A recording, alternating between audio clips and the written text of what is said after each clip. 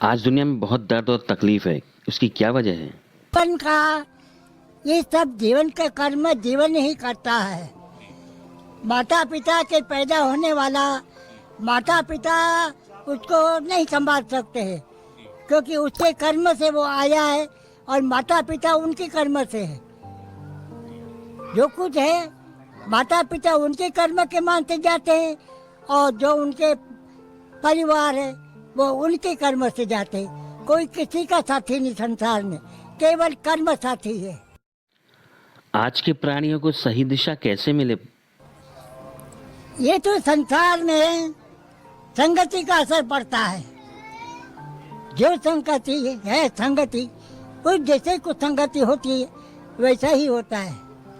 वाल्मीकि जी चोरों के साथ में हो गए, चोरी करने लग गए हैं। जब आके सत्संग में आ गए, जब सप्तऋषि या कोई संतों आ गए तो उनका जिसको जो कुछ है, मतलब कहने का पूर्व जन्म का कुछ संस्कार, कुछ इस जन्म का परिश्रम और पूर्व जन्म का और अभी का भी कुछ ईश्वर की दया, तीनों भाग इकट्ठा होता है तब पानी में तिर सकते हैं। आज भारत विश्व गुरु बन रहा है, आप इस बारे में क्या सोचते हैं बाबा? अब ऐसा है, रामायण के अंदर संसार में सब तरह की बातें हैं। रावण की भी बातें हैं और राम की भी है। अच्छा कर्म की भी है, खराब कर्म की है। जिसको बाजार के अंदर जो सामान लेना है, ये बाजार है, जो इच्छा वो ले लो। आज आप अपने स्वयं के जीवन के बारे में किस तरह से देखते हैं? क्या मेरे बारे में क्या कहूँ? मेरा जीवन तो अब जो कुछ है तो आगे बढ़ रहा है, वो अलग बात से हो रहा है।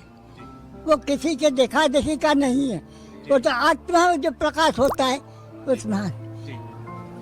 अर्जुन और कृष्ण का संवाद है, तो ये अर्जुन और कृष्ण कौन है?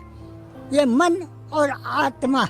वही आत्मा रूपी जो कृष्ण है, वही ये मन रूपी को ज्ञान दे के मन को लाइन बताता, तब वो अपने घोड़े को पकड़ के रखता है।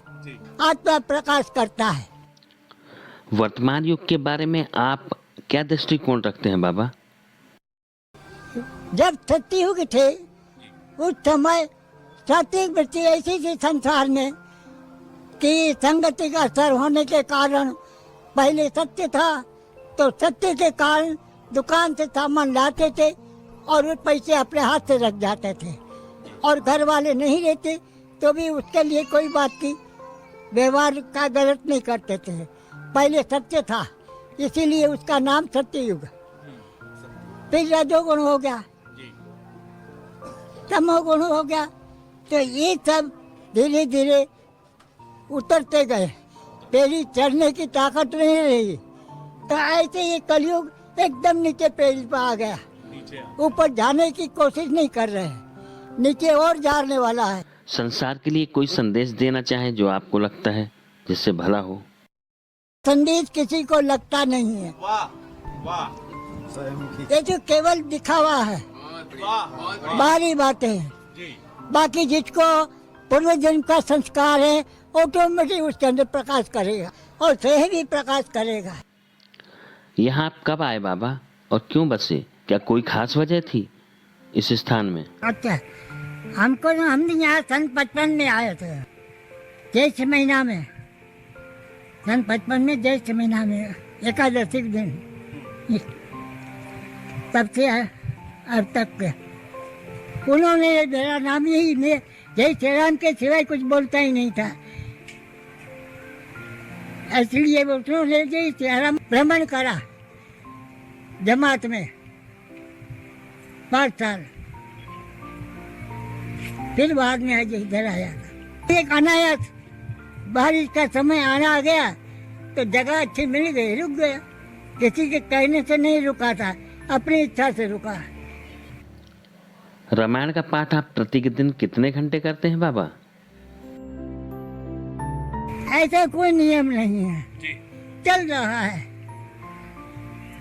कोई ऐसा नियम नहीं कि इतना करना है, इतना करना है, कुछ नहीं। जब फुर्सत मिली बांटने लग गए। माँ नर्मदा में आपको कोई शक्ति दिखती है बाबा? नहीं, हमको कोई शक्ति नहीं दिखती। हम शक्ति की परीक्षा नहीं करते कि क्या मिली। हम हमारा काम हमारा कर रहे हैं, वो उनकी इच्छा से शक्ति दे रही है, चल रहा है हमारा काम।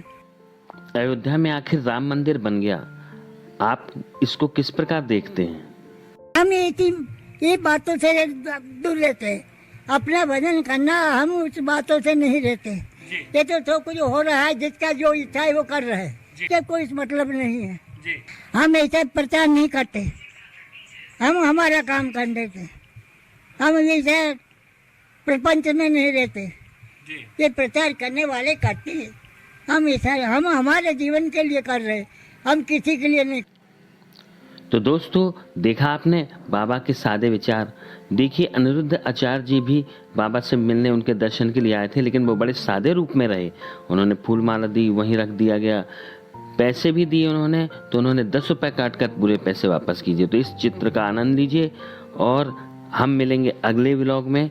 ओमकारेश्वर की तरफ जाएंगे और ओमकारेश्वर के दर्शन अब आपको अगले व्लॉग में हम